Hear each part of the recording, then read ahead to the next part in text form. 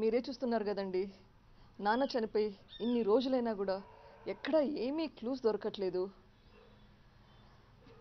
ఈ investigation correct ప్రాసెస్లో నడుస్తుందో లేదా అని అనుమానం వస్తుంది. అసలు చూస్తుంటే ఫర్ ఎగ్జాంపుల్ ఆ రోజు సంఘటన జరిగిన రోజు సిఐ శంకరయ్య అక్కడ ఉన్నాడు, అక్కడ మనిషి ఉన్నాడు. కానీ మేము హైదరాబాద్ నుంచి దారిలో వస్తూ ఉన్నాము, మేము అక్కడ ఇన్సిస్ట్ చేయాల్సింది వస్తుంది కేసు పెట్టు అని చెప్పి. ఆయన సర్కిల్ ఇన్స్పెక్టర్, ఆయనకు తెలియదా కేసు పెట్టాలి, ఇది మర్డర్ అని చెప్పి? ఆ సీన్లో లేకుండా ఉన్న మాకు అనుమానం వస్తుంది, మేము ఆయనకు చెప్పాల్సింది వస్తుంది, ప్లీజ్ కేసు పెట్టండి అనుమానం ఉంటే. అంటే ఆయనకి ఏదైనా కవరప్ చేయాలని ట్రై చేస్తున్నాడా?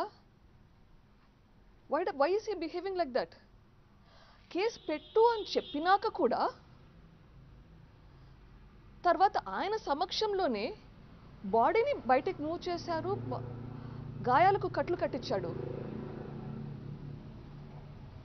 ఇన్స్పెక్టర్ గారికి తెలియదా అది తప్పు, పంచనామా జరగ ముందు బాడీని మూవ్ చేయకూడదని? మరి how did he let that happen? Okay, అక్కడున్న మా ఫ్రెండ్స్కి బంధువులకి అందరికీ ఇమోషనల్గా ఉన్నారు, అర్థం కావట్లేదు అనుకున్నాం. ఈయనకేమైంది? ఈయన ఇన్స్పెక్టర్ కదా, ఆయనకు రూల్స్ అన్నీ బాగా తెలుసు కదా. ఆయన కూడా ఈ క్రైమ్లో ఏమన్నా భాగస్వామ్యులా? ఆయనకు ఎవరైనా ఇన్స్ట్రక్షన్స్ చెప్పారా ఈ క్రైమ్ ఇన్వెస్టిగేషన్ తారుమారు చేయడానికి హెల్ప్ చెయ్యి అని చెప్పి? ఆయన పైన ఎవరున్నారు? లేదా ఆయన డైరెక్ట్గా ఇన్వాల్వ్డా? నాకైతే అనుమానాలు వస్తున్నాయి, కానీ దీనికి సొల్యూషన్స్ కానీ ఆన్సర్స్ కానీ అర్థం కావట్లేదు. What is happening to the investigation process? Is someone directing the police officers to do the wrong things and then blaming the family for that?